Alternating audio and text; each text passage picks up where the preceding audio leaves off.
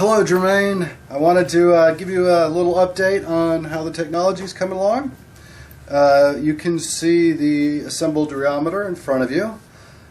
We finished threading and mounting the keyless chuck so we could install the mixing vane. I've filled it up with your really awesome thick fluid. Over to the side here we have the dev kit for the micro.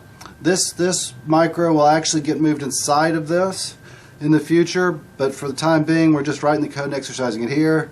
A couple other items over here. This is how we put code on it and see what it's doing. And this is a USB interface. This is the USB interface back to the PC. And then over here we've got our IP67, which means highly durable power supply. So these are screwed into industrial M12 connections over here. This one's the communications that are coming from here. Send it commands, tell it what to do. This one sources power. Alright, so we're going to go ahead and run it real quick. It's going to go through 3 steps. It's going to do one turn at 5 RPM, one turn at 10, and one turn at 3.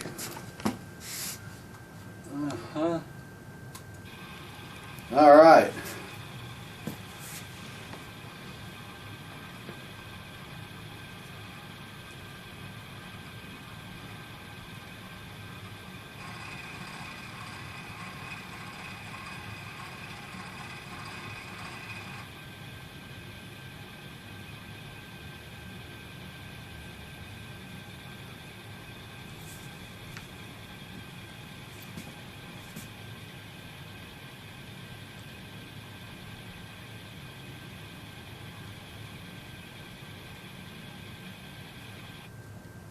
Okay, now we're going to move over to the PC and look at some of the data we gathered.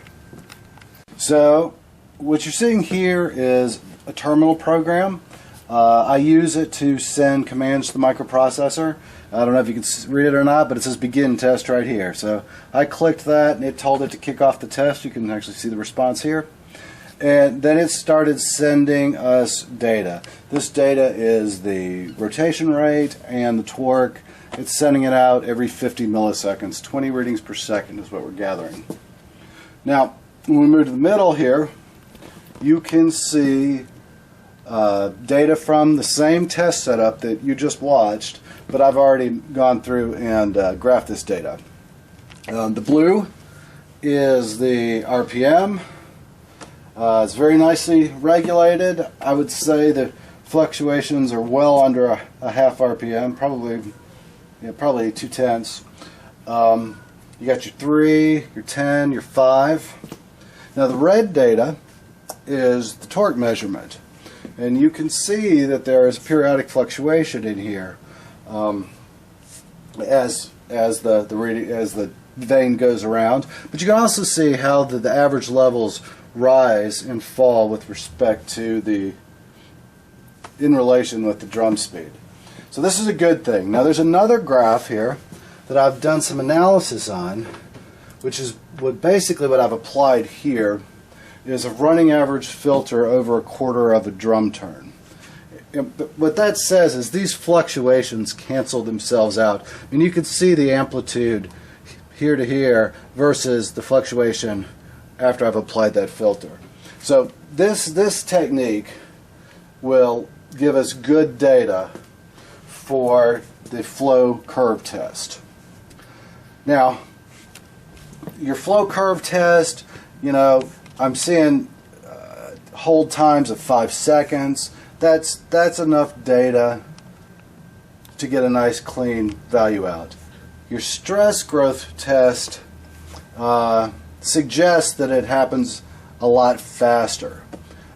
We may need to use the torque sensor to get the higher speed torque measurements required for the stress growth test. We'll have to discuss this. But all in all, the project's coming right along.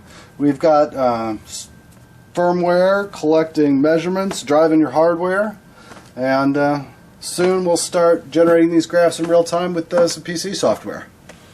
That's it. Thank you.